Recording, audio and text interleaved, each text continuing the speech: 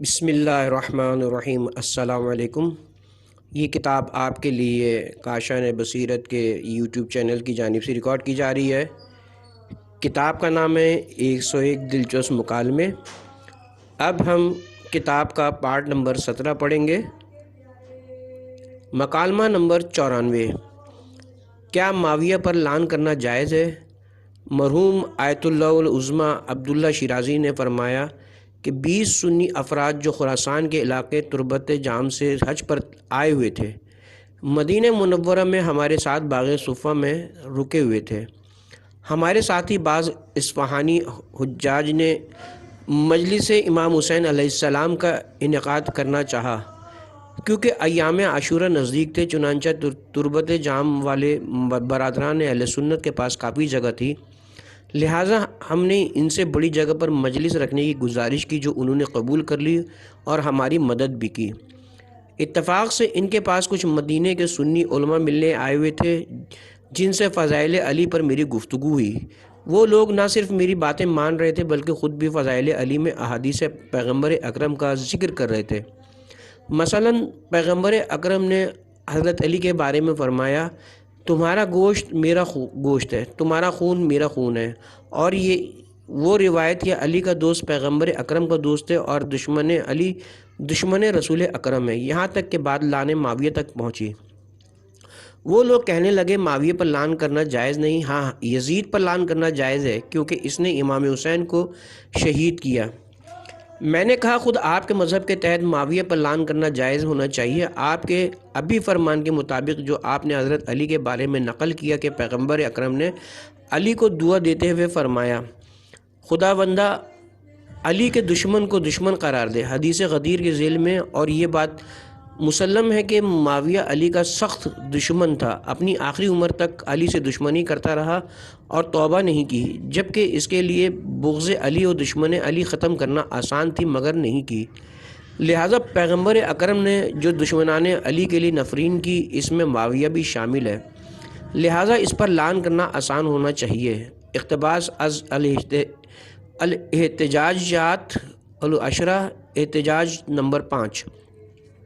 مزید وضاحت یہ کہ خود سنیوں کے معتبر مدارک کے ذریعے یہ بات ثابت ہوئی ہے کہ خود پیغمبر اکرم نے ابو سفیان، معاویہ اور یزید پر لعنت کی۔ تاریخ طبری جلد نمبر 11 صفحہ نمبر 1357، تذکرۃ الخواص صفحہ نمبر 209۔ حتیٰ کہ آپ نے اس حد تک فرمایا کہ معاویہ کو جب بھی منبر پہ دیکھو قتل کر دو۔ تاریخ بغدادی جلد نمبر 12 صفحہ نمبر 181، شرح نہج البلاغہ ابن حدید جلد نمبر 4 صفحہ نمبر 33۔ اور جیسا کہ خود معاویہ کے حمایتی لوگوں کا کہنا ہے کہ معاویہ اجتہاد کی روح سے امام علی علیہ السلام سے دشمنی کرتا تھا، تو ہم جواب میں کہتے کہ پیغمبر اکرم کے صریح کلام کے سامنے اجتہاد کرنا ہرگز جائز نہیں، اور کیونکہ پیغمبر اکرم معاویہ کے ناپاک ضمیر سے واقف تھے، اسی لیے اس پر لعنت بھیجی۔ اہل سنت کے مدارک کے اعتبار سے پیغمبر اکرم نے ایک دن معاویہ، عمر اور عاص کے لیے اس طرح نفرین کی کہ خدایا معاویہ، عمر اور عاص کو آتش دوزخ میں ڈال دے۔ کتاب الصفین ابن مزاحم صفحہ نمبر 219، مسند احمد بن حنبل جلد نمبر 4 صفحہ نمبر 248۔ اس کے علاوہ کچھ صحابہ کرام نے جو اہل سنت کے نزدیک بھی قابل قبول ہیں، معاویہ کے بارے میں بڑی سخت باتیں کی ہیں، جس کی شرح آپ کتاب الغدیر کی جلد نمبر 10 کے صفحہ نمبر 139 سے صفحہ نمبر 177 تک ملاحظہ کر سکتے ہیں۔ شیخ حر عاملی متوفی 1104 رد غزالی پر اپنی کتاب احیاء العلوم میں لکھتے ہیں کہ غزالی نے جو لکھا ہے کہ یزید و حجاج کو لعن کرنا جائز نہیں ہے، غزالی کی خاندان رسالت سے دشمنی اس سے بڑھ کر اور کیا ہوگی جس کا انہوں نے خود اظہار کیا ہے، جبکہ روایت سنی و شیعہ سب میں نقل ہوا ہے کہ ایک دن ابو سفیان اونٹ پر سوار تھا اور معاویہ اس اونٹ کے مہار پکڑے کھینچتا جا رہا تھا، یزید اونٹ کو پیچھے سے ہانک رہا تھا۔ پیغمبر اکرم نے جب ان لوگوں کو دیکھا تو آپ نے فرمایا، خدا کی لعنت ہو اس سوار پر اور ان کے آگے پیچھے چلنے والوں پر۔ اس کے بعد شیخ فرماتے ہیں کہ کیا خداوند عالم سورہ نساء کی آیت نمبر 93 میں یہ ارشاد نہیں فرماتا ہے کہ جو کسی مومن کو عمدن قتل کرے اس کی سزا جہنم میں جس میں وہ رہے گا، اس پر خدا غضبناک ہوتا ہے اور لعنت کرتا ہے، اور ایسے شخص کے لیے دردناک عذاب ہے۔ تو کیا غزالی معتقد ہیں کہ امام حسین علیہ السلام مومن نہیں تھے جو یزید پر لعنت کرنے کو جائز نہیں جانتا؟ وائر بے انصافی۔ نمبر 95، امام حسین علیہ السلام پر گریہ و بکا۔ ایک وائز ممبر پر تشریف فرما مصائب امام حسین علیہ السلام پر گریہ کرنے کے ثواب کے بارے میں مختلف احادیث ذکر کر رہے تھے۔ من جملہ ان احادیث میں سے یہ حدیث نبوی انہوں نے نقل کی کہ بہار جلد نمبر 44 صفحہ نمبر 393، ہر آنکھ روز قیامت گریہ کرے گی سوائے اس آنکھ کے جو مصائب امام حسین علیہ السلام پر گریہ کرتی رہی ہے۔ وہ آنکھ روز قیامت بہشتی نعمتوں سے سرفراز خوش و خندہ ہوگی۔ جب وائز تقریر سے فارغ ہو کر نیچے اتر آئے تو سننے والوں نے کہا کہ مصائب امام حسین علیہ السلام پر گریہ کرنے کا اتنا سارا ثواب کیوں؟ البتہ یہ حقیقت ہے کہ امام حسین نے کربلا میں جان نثاری سے دنیا میں بھی سر بلندی اور کامیابی حاصل کی اور اپنے جوش مارتے خون سے یزیدیوں کو ذلیل و رسوا کیا، اور آپ نے آخرت میں بھی بہترین مقام حاصل کیا۔ ابھی عالم برزخ کی بہشت میں خدا کی نعمتوں سے بہرہ مند ہے، اور سورہ آل عمران کی آیت نمبر 169 کی روح سے آپ زندہ ہیں، جیسے کہ ارشاد رب العزت ہے: اے پیغمبر، جو راہ خدا میں قتل کر دیے گئے ہیں ہرگز انہیں مردہ نہ سمجھو، بلکہ وہ زندہ ہیں اور ان کے پروردگار کی طرف سے ان کو روزی دی جاتی ہے۔ وائز بہت سی روایت میں ایسی ہیں جن میں مصائب امام حسین علیہ السلام پر گریہ کرنے کے سلسلے میں تاکید کی گئی ہے۔ اسی طرح عزاداری کرنے کے سلسلے میں شیعہ و سنی روایات میں آیا کہ جب روز قیامت ہوگا حضرت زہرا بارگاہ خداوندی میں عرض کریں گی: خداوندہ، میری شفاعت ان لوگوں کے لیے قبول فرما جو میرے بیٹے حسین پر گریہ کرتے رہے۔ اور اسی روایت کے ذیل میں آیا ہے کہ خداوند عالم حضرت زہرا کی شفاعت کو قبول کرے گا اور حسین پر گریہ کرنے والوں کو بہشت میں داخل کرے گا۔ متعدد روایات کے اعتبار سے انبیاء ماسبق اور پیغمبر اسلام و ائمہ علیہم السلام سب نے مصائب امام حسین علیہ السلام پر گریہ کیا ہے اور عزاداری کی ہے۔ تو کیا ان سب اولیاء کرام کی اتباع کرتے ہوئے اگر ہم امام حسین پر گریہ کرتے ہیں تو کیا اس میں کوئی اشکال ہے؟ نہ صرف کوئی اشکال نہیں بلکہ ایسی سنت کو زندہ رکھنا اچھا کام ہے اور پیغمبر اکرم اور ائمہ کی اقتداء ہے اور عظیم ثواب کے مستحق ہوں گے۔ یہاں پر ہم مصائب امام حسین علیہ السلام پر گریہ کرنے کو ائمہ نے جو اتنی اہمیت دی ہے اس کے 2 تاریخی نقطے بیان کرتے ہیں۔ نقطہ اول، امام سجاد علیہ السلام نے سنا کہ ایک شخص بازار میں آواز لگا رہا ہے کہ یعنی میں غریب ہوں، میری مدد کرو۔ امام سجاد علیہ السلام اس کے پاس گئے اور فرمایا: اگر تیری تقدیر میں یہ ہو کہ اسی شہر مدینہ میں مر جائے تو کیا تیرے جنازے کو یوں ہی بدون غسل و کفن کے چھوڑ دیا جائے گا؟ وہ شخص کہنے لگا: اللہ اکبر، کیوں میرے جنازے کو دفن نہ کیا جائے جبکہ میں مسلمان ہوں اور امت مسلمہ کے درمیان ہوں؟ امام سجاد علیہ السلام گریہ کرنے لگے اور فرمایا: واہ مصیبتہ، اے بابا، آپ کا جنازہ 3 دن تک بے گور و کفن خاک پر پڑا رہا جبکہ آپ فرزند فاطمہ بنت رسول اللہ تھے۔ دوسرا نقطہ، تاریخ میں آیا کہ منصور دوانقی دوسرا خلیفہ عباسی نے جب مدینے میں اپنے نائب کو پیغام بھیجا کہ امام صادق علیہ السلام کے گھر کو آگ لگا دی جائے، تو مدینے کے سردار کو جیسے ہی یہ پیغام ملا اس نے حکم دیا کہ لکڑیاں لائی جائیں اور امام صادق کے گھر کو آگ لگا دی جائے۔ چنانچہ جب آگ لگا دی گئی اور آگ کے شعلے امام کے گھر کے دالان سے اٹھنے لگے اور امام صادق کے گھر کی خواتین کے رونے کی آوازیں بلند ہوئیں تو امام صادق نے اپنی پوری کوشش سے آگ کو بجھایا۔ اس کے دوسرے دن جب آپ کے کچھ شیعہ آپ کے احوال پرسی کے لیے آئے تو دیکھا کہ آپ محزون ہیں اور گریہ فرما رہے ہیں۔ وہ لوگ کہنے لگے: آپ کیوں گریہ فرما رہے ہیں؟ آپ اس پر گریہ کر رہے ہیں کہ دشمن نے آپ کے ساتھ اس طرح کی گستاخی کی ہے، جبکہ یہ پہلی بار نہیں ہے کہ دشمن نے آپ کے یا آپ کے خاندان کے ساتھ ایسا کیا ہو۔ امام صادق علیہ السلام نے جواب میں فرمایا: میرا گریہ کرنا کل کے واقعے پر نہیں ہے، بلکہ میں نے جب دیکھا کہ میرے گھر سے آگ کے شعلے بلند ہو رہے ہیں اور سیدانیاں ایک کمرے سے دوسرے کمرے کی طرف جاتی ہیں تاکہ آگ ان پر اثر انداز نہ ہو، جبکہ میں بھی ان کے ساتھ گھر میں ہی تھا، تو اس وقت میں اپنے جد حسین مظلوم کے گھرانے کی اس روز عاشورہ کی وحشت کو یاد کر کے رو رہا ہوں۔ جب دشمن نے خیمہ اہل حرم پر حملہ کیا تو دشمنوں کا ایک منادی ندا کر رہا تھا کہ ظالموں کے گھروں کو جلا دو۔ لہٰذا ان دونوں مذکورہ حکایات اور دسیوں دوسرے قرائن سے معلوم ہوتا ہے کہ ہمارے ائمہ چاہتے تھے کہ ہر موقع سے استفادہ کرتے ہوئے یاد حسین کی تجدید کریں اور لوگوں کے احساسات کو اس مسئلے کی روح سے زندہ کریں۔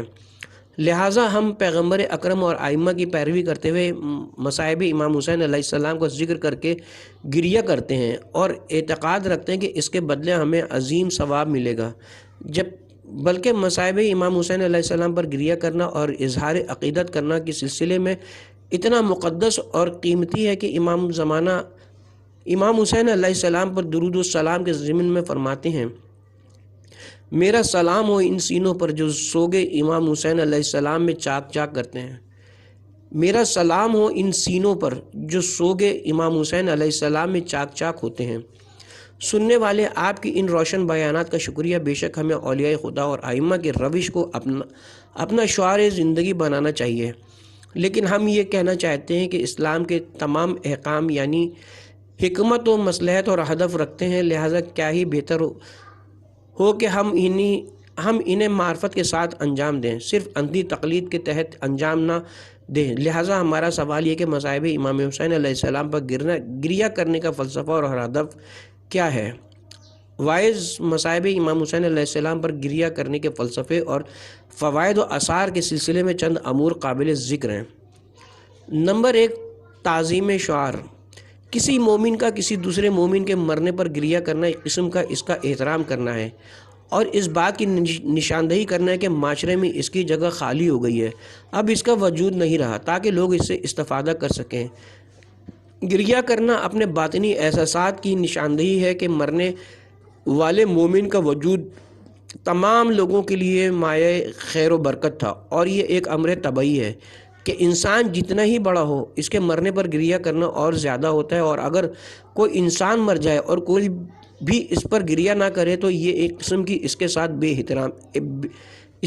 بے احترامی ہے۔ کسی نے امام علی علیہ السلام سے پوچھا، اخلاق نیک کیا ہے؟ آپ نے فرمایا، یعنی لوگوں کے درمیان اس طرح سے زندگی بسر کرو کہ وہ لوگ تمہاری طرف جذب ہوں، تم سے محبت کریں، اور اگر تم مر گئے تو تمہارے لیے گریہ کریں۔ اور ہر ملت و قوم کے درمیان یہ رسم ہے کہ اگر ان میں سے کسی بزرگ کا انتقال ہو جاتا ہے تو اس کے مر جانے پر گریہ کرتے ہیں اور اپنے تاثرات کا اظہار کرتے ہیں اور اپنے احساسات کا اظہار کرتے ہیں۔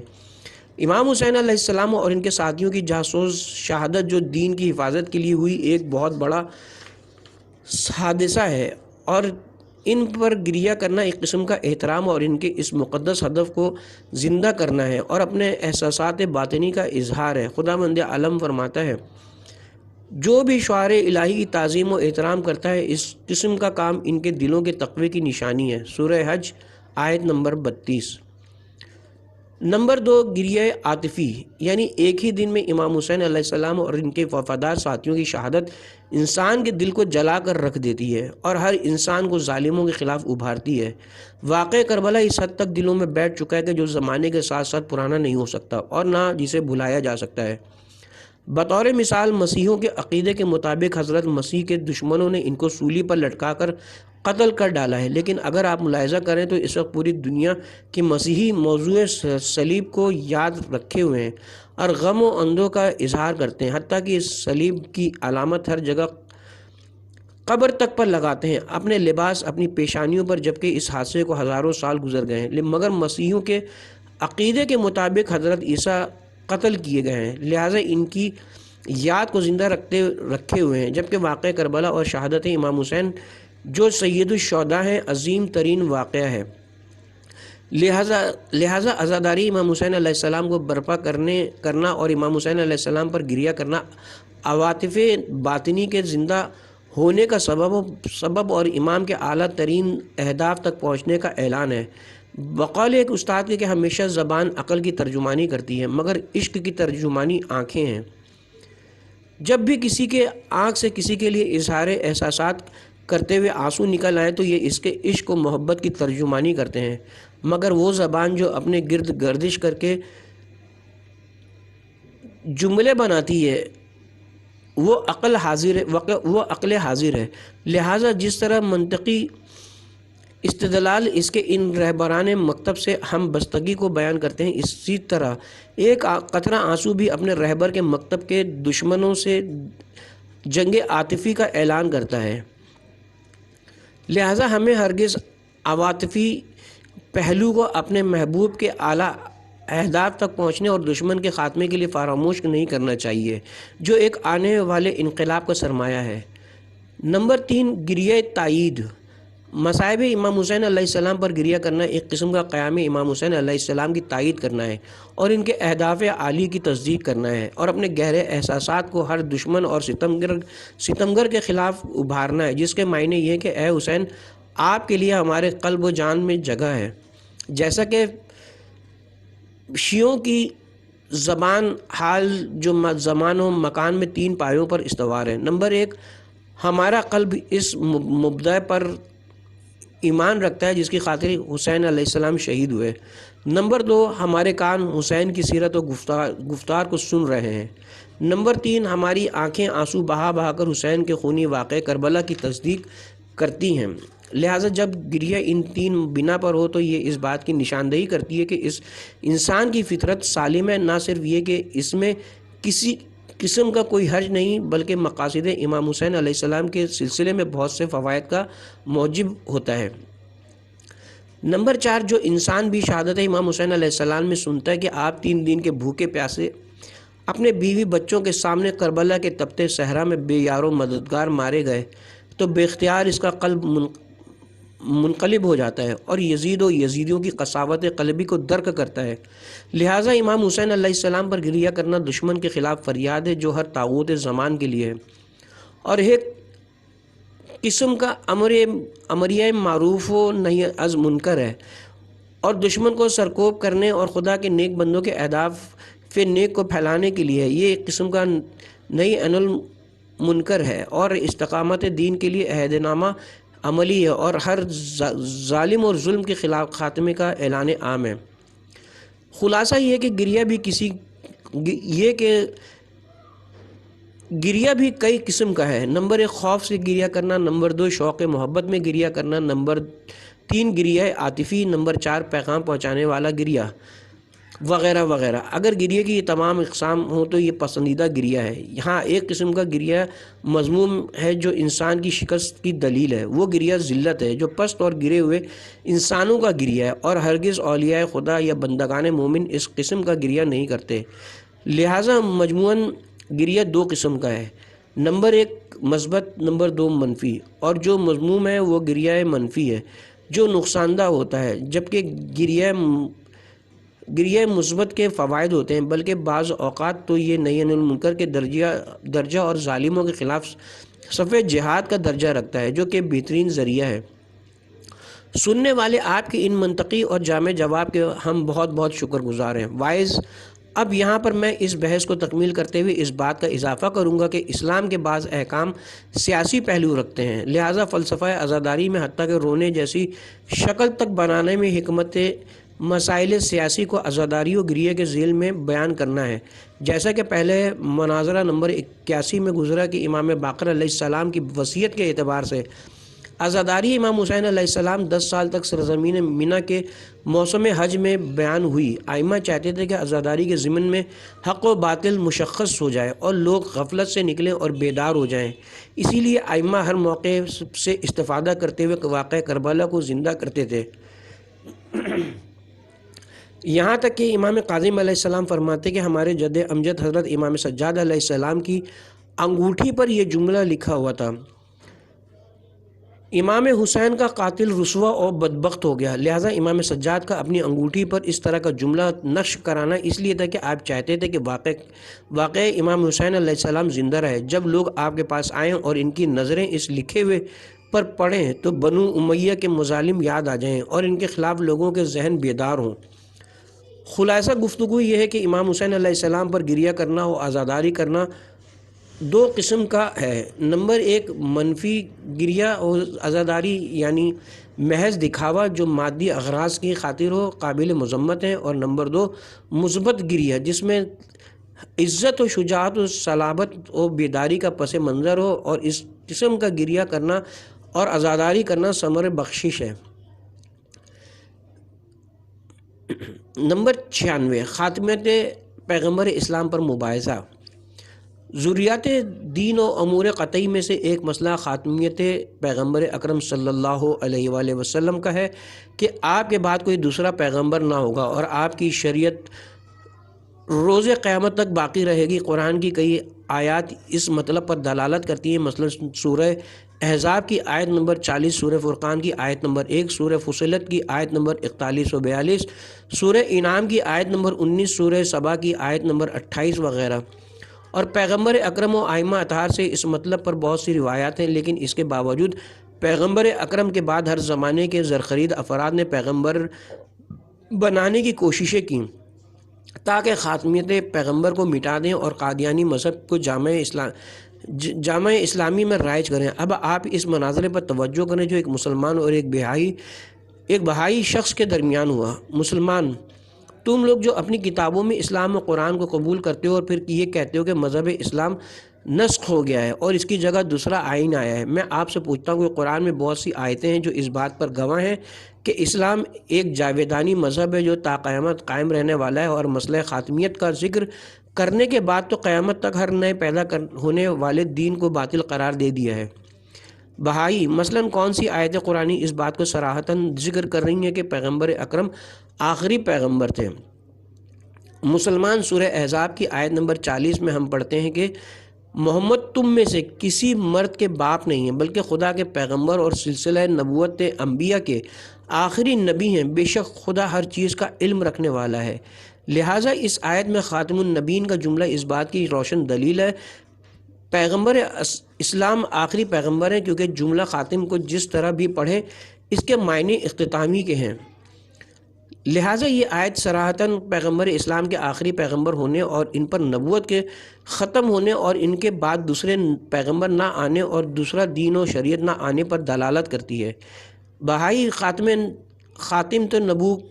خاتم تو انگوٹھی کو بھی کہتے ہیں جو انگلی کی زینت ہوتی ہے، لہٰذا اس آیت مذکورہ میں ممکن ہے کہ پیغمبر اکرم کو زینت پیغمبران کے حوالے سے یاد کیا گیا ہو۔ مسلمان: لفظ خاتم کے حقیقی معنی وہی ختم ہونے کے ہیں، اور اصلاً یہ چیز آج تک نہیں دیکھی گئی کہ لفظ خاتم کو انسان کے لیے استعمال کیا گیا ہے اور اس سے زینت کے معنی کا ارادہ کیا جاتا ہو، اور جب ہم لغت کی کتابوں میں دیکھتے ہیں تب بھی خاتم کے معنی وہی ختم کرنے کے ملتے ہیں، لہٰذا ایک لفظ کو اس کے لغوی معنی کے علاوہ استعمال کرنے کے لیے قرینے کی ضرورت ہوتی ہے، جبکہ یہاں اس قسم کا کوئی قرینہ نہیں ہے کہ خاتم کے حقیقی معنی کو چھوڑ کر مجازی معنی کو اختیار کیا جائے۔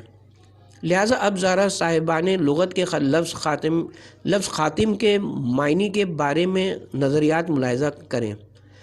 فیروزہ آبادی کتاب قاموس اللغت میں فرماتے ہیں کہ ختم کے معنی مہر لگانے کے، جس کی مثال ختم الشیء سے دیتے ہیں، یعنی کسی چیز کا ختم اور مکمل ہونا۔ جوہری اپنی صحیح اللغت میں فرماتے ہیں کہ ختم یعنی آخر تک پہنچ جانا، خاتم الشیء یعنی اس چیز کا آخر۔ ابو منظور لغت لسان العرب میں فرماتے ہیں ختام القوم یعنی قوم کا آخری فرد، اور خاتم النبین یعنی آخری نبی۔ اور راغب اپنی کتاب لغت مفردات میں خاتم النبین یعنی پیغمبر اسلام نے اپنے آنے سے نبوت کو اختتام تک پہنچایا۔ نتیجہ یہ کہ لفظ خاتم سے زینت کے معنی لینا خلاف لغت ہے، جس کے لیے دلیل کی ضرورت ہے، جبکہ یہاں اس پر کوئی دلیل بھی نہیں ہے۔ بہائی: لفظ خاتم کے معنی تصدیق کرنے کے ہیں، لہذا خاتم النبین سے مقصد یہ ہے کہ پیغمبر اسلام گزشتہ انبیاء کی تصدیق کرنے والے تھے۔ مسلمان: پہلے والے سوال کے جواب میں ہی واضح ہو گیا کہ لفظ خاتم کے اصلی معنی وہی آخری کام کے ہیں، اور یہ بات تو کہیں نہیں سنی گئی کہ لفظ خاتم سے تصدیق کے معنی سمجھے جاتے ہوں، مگر یہ کہ اس پر کوئی دلیل یا قرینہ ہو جو ہم کسی لفظ کے اصلی معنی سے مجازی معنی کی طرف جائیں، اور یہاں پر کوئی ایسا قرینہ موجود نہیں۔ بہائی: آیت میں پیغمبر اسلام کے لیے خاتم النبین استعمال ہوا ہے، خاتم المرسلین استعمال نہیں ہوا ہے کہ پیغمبر کے بعد رسول کے آنے کا سلسلہ بند ہو گیا ہو۔ مسلمان اگرچہ قرآن میں لفظ رسول اور لفظ نبی میں فرق ہے، مثلاً خداوند عالم نے قرآن میں حضرت اسماعیل کو رسول بھی کہا ہے اور نبی بھی، سورہ مریم آیت نمبر 54۔ اسی طرح حضرت موسیٰ کو رسول و نبی دونوں ناموں سے پکارا گیا ہے، سورہ مریم آیت نمبر 51۔ لیکن یہ مطلب ہرگز جملہ خاتم النبیین میں شبہ ایجاد نہیں کر سکتا، کیونکہ نبی یعنی جس کو خدا کی طرف سے وحی ہوتی ہو، چاہے وہ لوگوں تک پہنچانے پر مامور ہو یا نہ ہو، مگر رسول وہ ہے جس کے پاس آسمانی کتاب اور شریعت ہوتی ہے۔ لہٰذا ہر رسول نبی ہے مگر ہر نبی رسول نہیں۔ نتیجہ یہ نکلا کہ اگر کہا جائے کہ پیغمبر اسلام خاتم الانبیاء ہیں، یعنی ان کے بعد کوئی پیغمبر نہیں ہوگا، یا اس فرض کی بنا پر کہ ہر رسول پیغمبر ہے، تو بھی نتیجہ یہی نکلے گا کہ پیغمبر اکرم کے بعد کوئی رسول نہیں ہوگا۔ بعنوان مثال نبی و رسول مثلاً ایک عام انسان اور ایک پڑھے لکھے انسان کی مانند ہیں۔ اصطلاحاً منطق کے اعتبار سے ان میں عموم اور خصوص مطلق کی نسبت ہے۔ جب بھی میں نے کہا کہ آج انسان میرے گھر میں نہیں آیا، یعنی پڑھا لکھا انسان بھی نہیں آیا، اسی طرح ہم اس مورود بحث مسئلے میں جب کہا جائے کہ رسول خدا کے بعد کوئی پیغمبر نہیں آئے گا، یعنی رسول بھی نہیں آئے گا۔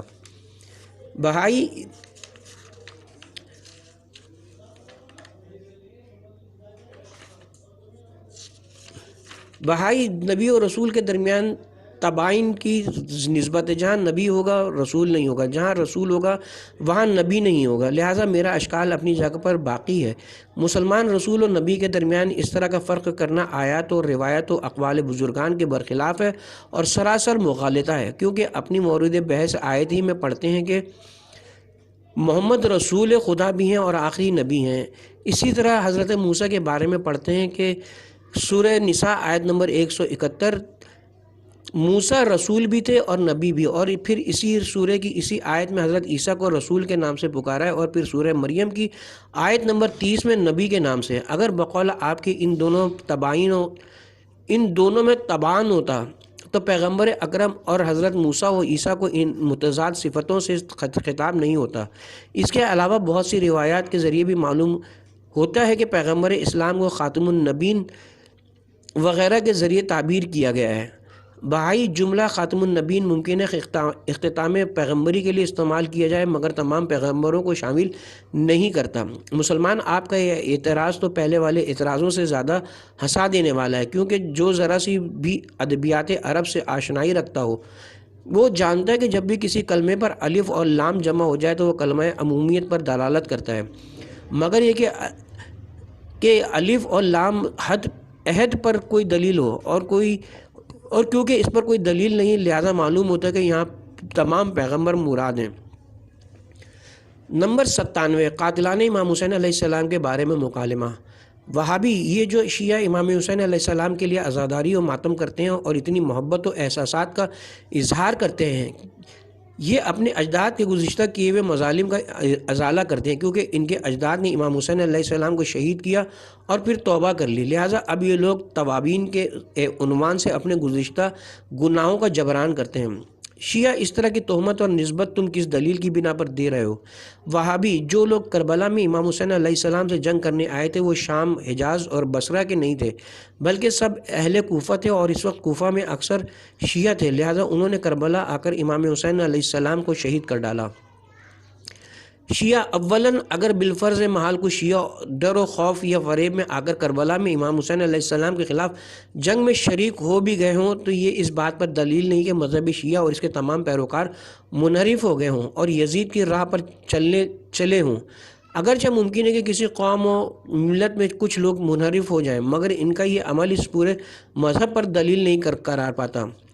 ثانیاً اس قسم کی نسبتی دینا بے بنیاد ہے۔ وہابی کیوں اور اس پر کیا دلیل ہے؟ شیعہ وہ سپاہی جو کوفہ سے کربلا امام حسین سے جنگ کے لیے آئے تھے وہ ہرگز شیعہ نہیں تھے، بلکہ خوارج اور اموی اور منافقین تھے جو امام علی اور امام حسن سے شکست کھا چکے تھے، اور ان کے سردار بھی وہی لوگ تھے جن کو امام علی نے اپنے دور حکومت میں ان کی بد کرداریوں کی وجہ سے انہیں معزول کر دیا تھا، اور ابن زیاد بھی ایسے لوگوں سے استفادہ کر رہا تھا، اور بہت سے تو ان میں مرتزقہ والے تھے، یعنی جو غیر عرب تھے، اور مزدوری پر ان کو لایا گیا تھا۔ حکومت بنی امیہ پر خروج کرنے والوں کے ساتھ جنگ کرنا، لہٰذا ان میں سے کوئی بھی شیعہ نہیں تھا۔ اسی لیے امام حسین علیہ السلام نے لہو سید بن طاؤس صفحہ نمبر 112 میں ان کو بددعا دی تھی۔ مزید وضاحت یہ ہے کہ اگرچہ امام علی علیہ السلام کے زمانے میں کوفے میں شیعوں کی اکثریت تھی، مگر امام علی کی خلافت کے بعد معاویہ کے ظلم و ستم سے شیعہ منتشر ہو گئے تھے۔ اکثر کو شہید کر دیا گیا تھا یا شہر بدر کر دیا گیا تھا۔ معاویہ کے معین کردہ عراق کے ولی زیاد بن ابیہ کے زمانے میں شیعہ کثرت سے شہید کیے گئے یا زندانوں میں ڈالے گئے یا کوفے سے باہر نکال باہر کیے گئے۔ معاویہ کے زمانے میں اگر کوئی کافر یا مشرک ہوتا تو اس کو امن و امان ملتی، مگر شیعان علی کے خون بہائے جاتے، ان کے گھروں کو ویران کر دیا جاتا تھا۔ زیاد بن ابیہ جو سمیہ روسی کا بیٹا تھا، جب یہ معاویہ کی طرف سے کوفے کے دارالعمارہ کا داروغہ بنا تو معاویہ نے اس کو خط لکھا کہ سب سے پہلے تم محبان علی کو قتل کرو اور ان کے ٹکڑے ٹکڑے کر دو۔ زیاد نے لوگوں کو مسجد کوفہ میں جمع کیا اور حضرت علی پر لعن کرنے کو کہا۔ جو بھی اس سے انکار کرتا اس کی گردن اڑا دی جاتی تھی۔ منقول ہے کہ زیاد بن ابیہ سعد بن سرا نامی محب علی کو تلاش کر رہا تھا تاکہ ان کو قتل کرے، تو امام حسین علیہ السلام نے زیاد کو خط لکھا کہ سعد بن سرا ایک بے گناہ مسلمان ہے، تم کیوں اس کے قتل کے درپے ہو؟ زیاد نے امام حسین کا جواب میں لکھا کہ میں اس کو آپ کے والد کی دوستی کی بنا پر قتل کرنا چاہتا ہوں۔ شرح نہج البلاغہ ابن ابی الحدید جلد نمبر 4 صفحہ نمبر 720۔